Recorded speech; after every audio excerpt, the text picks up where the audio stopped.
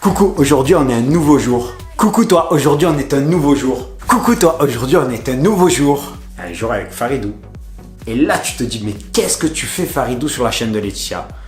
Ben j'ai pris le contrôle de sa chaîne. Parce que Laetitia là, elle est absente, tu vois, elle est ailleurs. Elle n'est pas sur cette chaîne. Elle est peut-être, elle, sur une autre chaîne. En fait c'est ma chaîne maintenant celle-là. Si tu as envie d'aller sur la chaîne de Laetitia, tu peux aller sur Farid N. C'est sa nouvelle chaîne, voilà. Tu peux aller vite fait t'abonner sur sa chaîne.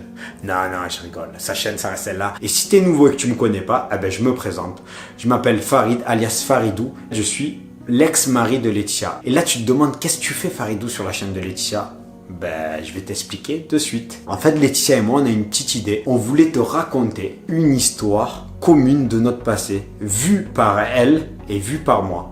Donc, moi, je vais te raconter cette histoire sur sa chaîne et elle va raconter la même histoire, vue de son point de vue, sur ma chaîne. Bon, par contre, elle, tu le sais, c'est une grosse mytho. Ma version des faits est la vraie parce que elle, c'est une mytho. Je la connais comme si je l'avais fait. Je suis resté 8 ans avec elle. Je la connais mieux que sa maman. C'est une mytho et moi, je ne mens jamais. Non, toi, ils ont un problème. Ils se sont croisés comme ça, tout seul. Donc, aujourd'hui, je vais te raconter l'histoire de la première fois. De la deuxième fois où j'ai pris des champignons. Je vais te dire la première fois, non. C'est la deuxième fois de ma vie où j'ai pris des champignons hallucinogènes. Parce que je l'avais pris à mon enterrement de vie de garçon, mais ça s'était super bien passé. Donc j'ai cru que j'étais un spécialiste et j'ai voulu en reprendre. Laetitia et moi, on est partis en Hollande en 2013. Juste quelques mois après notre mariage. On est partis dans un festival de danse de salsa à Amsterdam. Parce que tu sais, on est des danseurs de salsa et donc on parcourait le monde pour aller danser. On marchait dans la rue tranquillou, tu vois, on marchait à Amsterdam. Et Laetitia me dit, regarde, il y a une boutique de champi. Ah, je dis, ah putain, Laetitia, c'est un truc de fou, c'est la même boutique où j'ai acheté les champis la dernière fois. Et puis elle me dit, tu veux pas réessayer? Non, elle m'a pas dit ça, c'est moi qui ai voulu rentrer. Je dis, ah ben, je vais aller voir un petit peu, tu vois, je vais aller faire un petit tour, tout ça. Je devais acheter une boîte, j'avoue. J'ai acheté 4 boîtes, je suis ressorti avec 4 boîtes, je sais pas ce qui m'a pris, c'était comme la bouffe. Tu sais, moi j'ai les yeux plus gros que le ventre, j'ai vu des boîtes de champi. J'ai fait une boulimie des yeux de champi, je voulais les avoir tous. On arrive à l'hôtel, je dis, bon Laetitia, ce soir on va rigoler, on va aller danser la salsa. Elle me dit, Farid, mais t'as acheté tes champis, tu veux pas les tester à la soirée?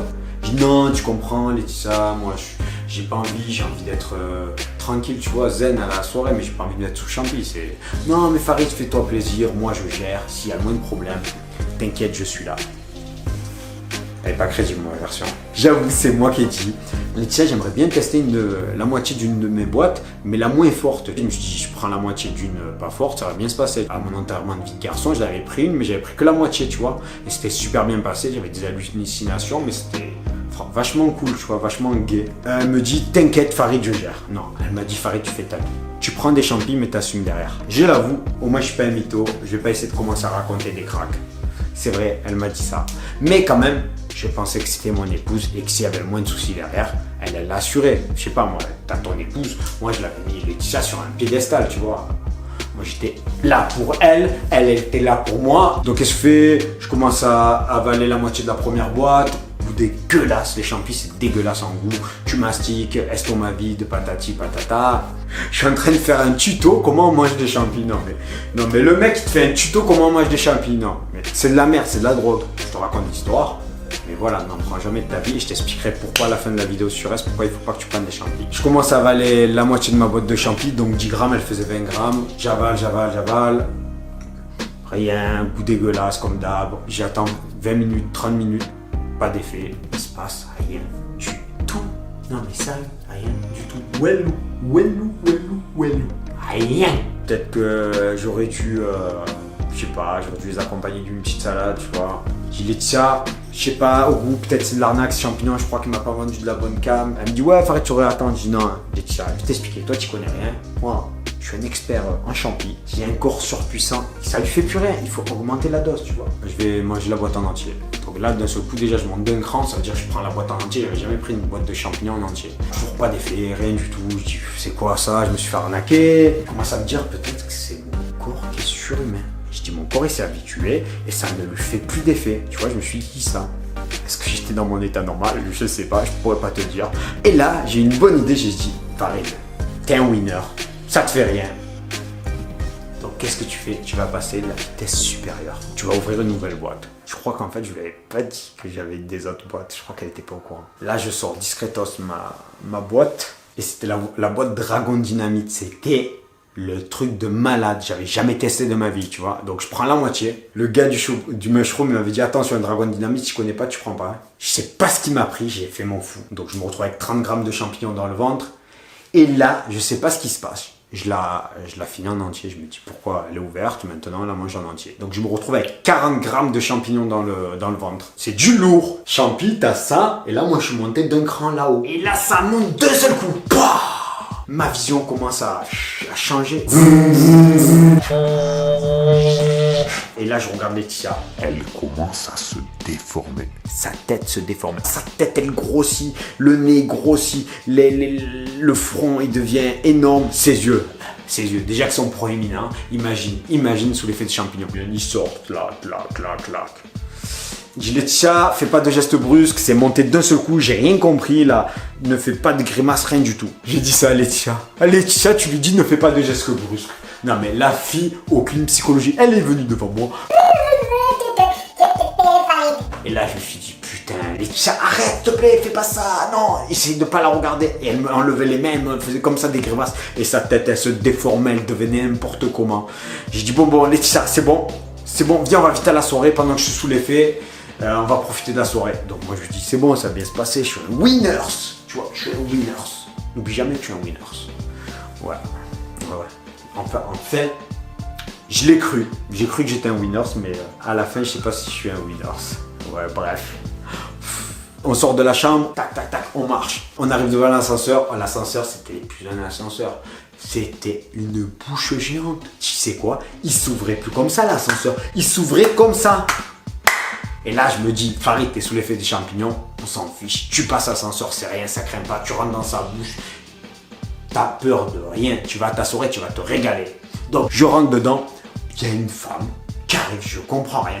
Elle arrive en moule-mouille. Et elle reste de dos. Sa tête, de ce coup, elle tourne à 180, elle me fixe. Quand elle te fixe, t'as l'impression que c'est un mannequin de cire. Comme si t'allais au musée Grévin, tu vois, à Paris, là. Je essaie de pas trop la regarder. De ce coup, elle lève sa jambe. Sa jambe, elle se lève à 180 degrés, derrière son dos. Imagine, t'as une femme bloquée, comme ça, avec sa jambe comme ça, et qui te regarde comme ça. Je lui dis, Laetitia, t'as vu la femme à côté de moi, là? Elle est pas un peu bizarre? Elle me dit, mais il y a personne, Farid, à côté de toi. Je dis, ah ouais, t'es sûr? Je dis, ok, peut-être c'est une alu, je l'ai inventé, cette femme, elle n'existe pas. Je sors de l'ascenseur, et là, il y a un mec qui me fixe. Il me fixe avec des yeux, mais lui, il avait envie de me tuer. Et en fait, je me rends compte que c'est une ancienne star déchue de la salsa avec qui je m'étais engrainé. Donc je me dis que c'est normal que le mec il me regarde de travers. On s'était pris la tête une fois, peut-être qu'il m'en voulait. Mais le mec il me regarde de travers et puis il continue son chemin jusqu'au mur. Et il tape contre le mur, sans arrêt. Ouais, il faut savoir que ce mec il est toujours bourré. Il s'appelle Juan Matos. Et il est toujours bourré, c'est un New-Yorkais. Ouh là là, je dis toi, on va pas se prendre la tête ce soir. Moi je suis tranquille, je fais ma soirée, je le contourne et je passe. J'arrive en dehors de l'hôtel.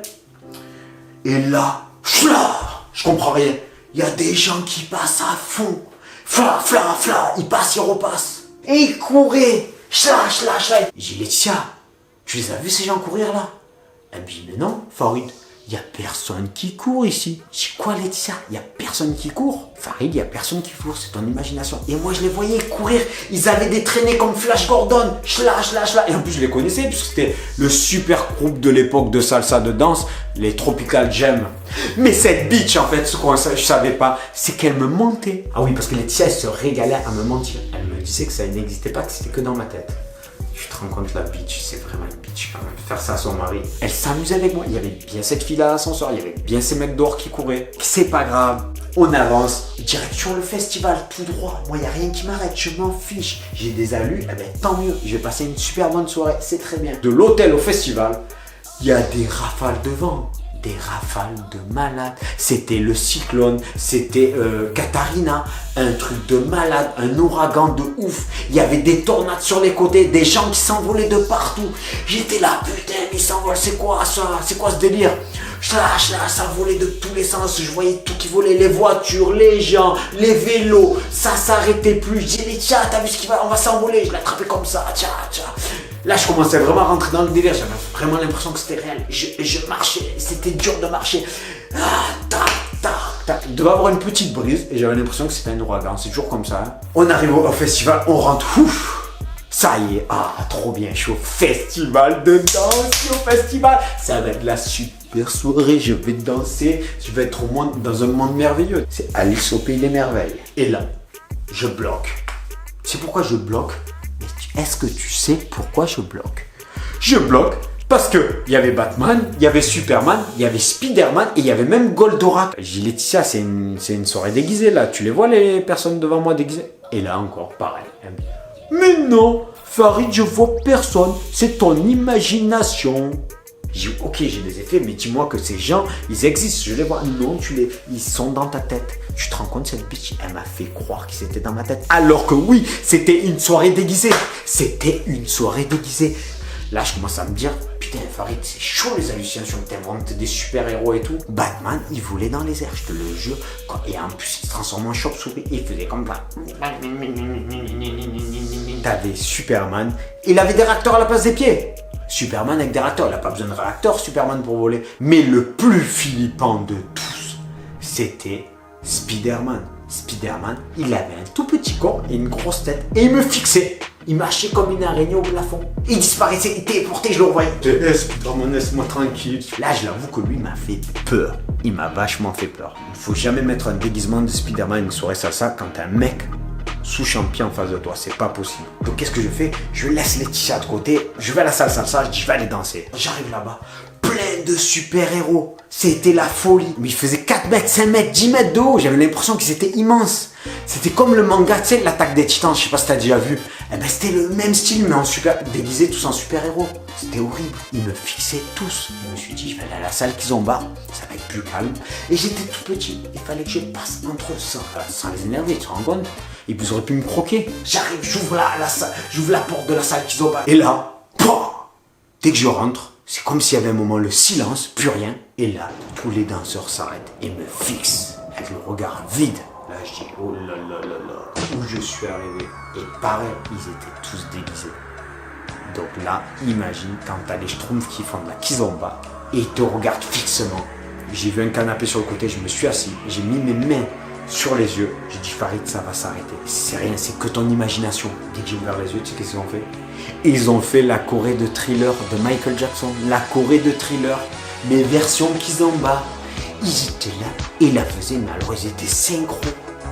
Mais le problème, c'est que t'avais même des squelettes qui dansaient. T'avais des squelettes, il y en a, ils étaient flippants. Ils ont cru que c'était soirée Halloween. Je le jure, alors qu'on était en mars, il n'y avait pas de soirée Halloween. Comment tu peux aller te déguiser en squelette? Je ne l'ai pas inventé. Il y en a qui étaient déguisés en squelette. Et j'avais l'impression qui m'attaquait, fallait que je les évite. J'étais là, fallait que je les évite. C'est ce que j'ai fait. Je me suis mis à courir, je dis Farid, tu vas vite à la salle bachata. Là, les gens, ils ont dû dire, c'est quoi ce taré qui court dans la salle? J'ai couru, alors, c'est jamais, ils m'attrapent ou quoi, ils me font, je sais pas, moi, ils me dévorent, tu vois. J'ouvre la porte, je rentre dans la salle bachata, j'arrive là-bas, je dis Farid, tu vas te mettre à danser, ça va aller. Je prends la première fille, c'était une star de la bachata, j'ai recroisé plusieurs fois. La honte, donc je fais les super passes, tu sais qu'est-ce qui s'est passé? Elle s'est transformée en eau dans mes bras. J'ai essayé de l'attraper, mais ça devenait une flaque. J'ai essayé de l'aider, tu vois, Je voulais pas que la pauvre, elle coule de partout, tu vois. C'était hard pour moi, j'avais peur. Je crois qu'elle devait un petit peu transpirer. Moi, j'ai transformé que c'était un être d'eau. J'ai pas osé la regarder parce que j'ai vu qu'elle me regardait de travers. Et là, je pense que c'était pas mon imagination. Je pense qu'elle m'a pris pour un vrai taré. À la fin de la danse, je l'ai remercié, mademoiselle O. Donc j'ai dit, putain, Farid, tu vas sortir, tu vas prendre un peu l'air, tu vas aller à l'accueil. Donc qu'est-ce que je fais? Il fallait que je retraverse toutes les salles. Je traverse les salles vite fait, je regarde par terre. Je me dis Farid, tu regardes bien par terre, tu regardes pas droit devant, ça va aller. Mais attends, même quand tu regardes par terre, t'as des alus. Hein. Ah ouais, bah oui, tu regardes les pieds des gens, les pieds grossissent, ils deviennent énormes, tu vois des pattes d'ours, tu vois des insectes qui marchent de partout, tu vois qui se baladent, tu vois des gens miniatures, tu vois. Et à un moment, je dis putain, j'arrête de regarder le sol, je regarde le plafond. Les gens, ils dansaient sur le plafond. Ils dansaient sur le plafond. T'avais toute une panoplie de super-héros qui dansaient sur le plafond. J'arrive à l'accueil, je m'assois sur une chaise et je sais pas ce qui se passe, je me retrouve par terre. Il y a quelqu'un qui a dû me bousculer, je me suis retrouvé par terre. Et là, il y a 2 ogres qui viennent me voir. Qu'est-ce qu'ils veulent? Ils viennent avec leur grosse tête, ils me essaient de m'agresser, je suis comme ça. En fait, c'était juste les mecs de la sécurité qui voulaient m'aider, je crois. Et je sais pas, et à un moment, il me parle, il me faisait des câlins. Je dis, me fais pas des câlins, moi je suis pas un doudou, hein. Mais moi je comprenais pas ce qu'il me disait. Mais qu'est-ce qu'ils veulent? Je dis, I don't speak Amsterdamish. Mais en fait, je me rendais compte que plus j'essayais de parler avec eux, ma bouche, elle commençait à articuler bizarre. Je sais pas, et après ils m'ont parlé de wife, je dis ok, wife. Je dis j'avais pas besoin moi de my wife, je m'en foutais moi. Moi j'étais bien assis, tranquille. Tu vois, j'étais en mode baba cool par terre, tranquille, j'étais en mode zen, je méditais, tu vois, pour que ça aille mieux, tu vois. Qui c'est que je vois débarquer? Laetitia. Mais elle arrive pas en mode gentil, en mode vénère. Elle me pointe le doigt avec ses yeux, elle me fusille du regard. Et là elle me fait sa bouche qui fait c'est lui qui va oh, je dis oh là là Laetitia. C'est vrai que j'ai essayé de parler avec elle, de lui expliquer, mais on ne pouvait plus communiquer. Ma bouche n'arrivait plus à articuler, on ne parlait plus la même langue. Elle aussi, je pense qu'elle devait parler amsterdamish. Je comprenais pas, je dis qu'est-ce qu'elle a elle? Je l'ai pas appelé moi, laisse-moi tranquille, laisse-moi, je kiffe ma soirée, moi je suis bien. Elle m'a pas laissé le choix, j'ai rien compris. Elle m'a attrapé par le bras, elle m'a tiré vers la sortie. Apparemment, les gardiens leur auraient dit que j'étais pas bien, qu'il fallait m'amener à l'hôpital. Elle a dit non, je le ramène à l'hôtel. Là, ça a commencé à envoyer du lourd. Je marchais comme un enfant handicapé. Je n'avais plus à marcher du tout. Je te le jure, je marchais comme ça. Et je la voyais comme un ogre, elle. Elle me mettait des chips de force dans la bouffe. Mais elle me mettait ses doigts, tu vois, ses doigts c'était comme des tentacules. Et je la voyais comme un monstre, elle me traumatisait, elle me faisait peur, tu vois. Même si je savais que j'étais Laetitia, elle me faisait peur. Quand on arrive à l'hôtel, j'avoue. Et là, je suis tombé dessus dans le lit. Je suis tombé KO, je sais pas ce qui s'est passé, je me suis endormi. Grave erreur. Parce que même quand tu t'endors, il reste l'effet des champignons. Il continue même dans tes rêves. C'était plus Alice au pays des merveilles, c'était Alice au pays des ténèbres. Et là, tu vas comprendre. Et je me retrouve camisolé. Mais camisolé. Camisole de force dans un endroit tout blanc. Et il y avait deux mecs à côté de moi. Ils m'empêchaient, ils voulaient pas que je bouge. J'étais là. Putain, merde, pourquoi je suis camisolé et tout. Oh, je veux sortir et tout. Et là, il y avait un psychiatre taré qui venait me dire mais vous êtes fou. Mais vous êtes fou. Vous n'avez pas de père, pas de mère, pas de femme.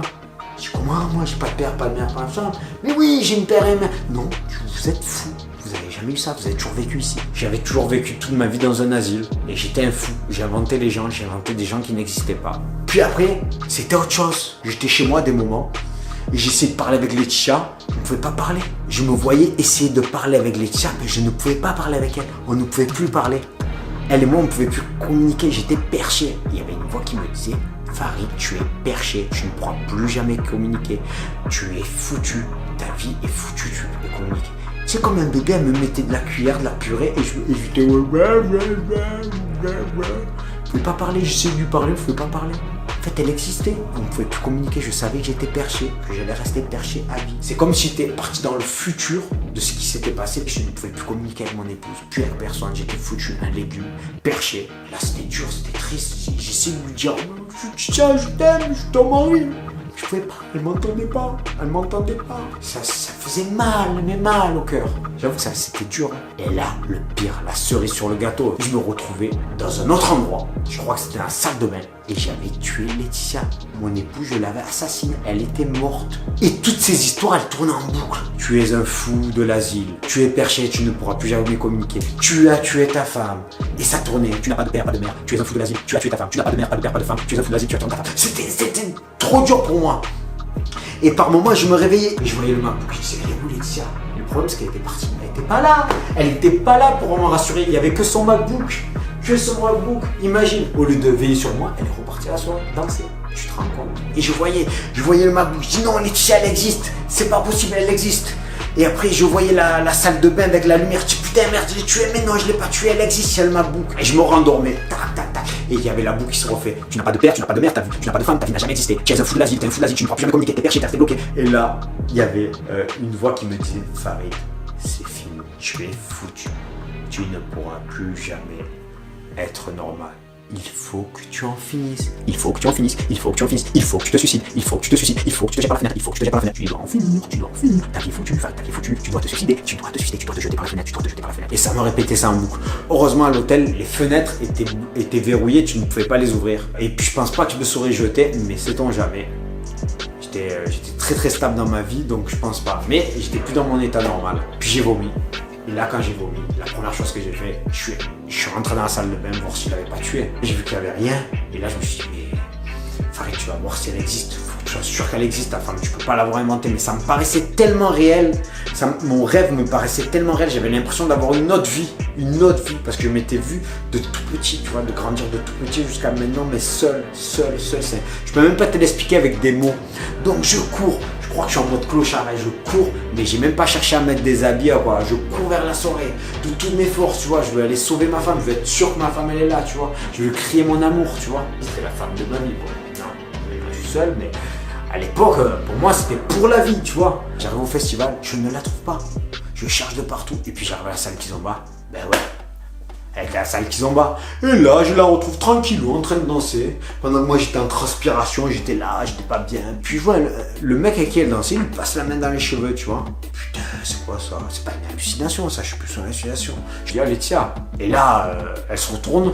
Le mec, en plus, il me regarde de travers. Je lui dis, hey, it's my wife. Bon, peut-être que je lui ai dit, it's my wife. It's my wife. J'étais un peu plus agressif que ça, c'est vrai. Il me regarde de travers, il avait une tête de con. Je suis désolé, il avait une vraie la tête de con atomique. On parle tout doucement. Je dis, qu'est-ce qu'elle a? Elle est sous cacheton, elle, ou quoi?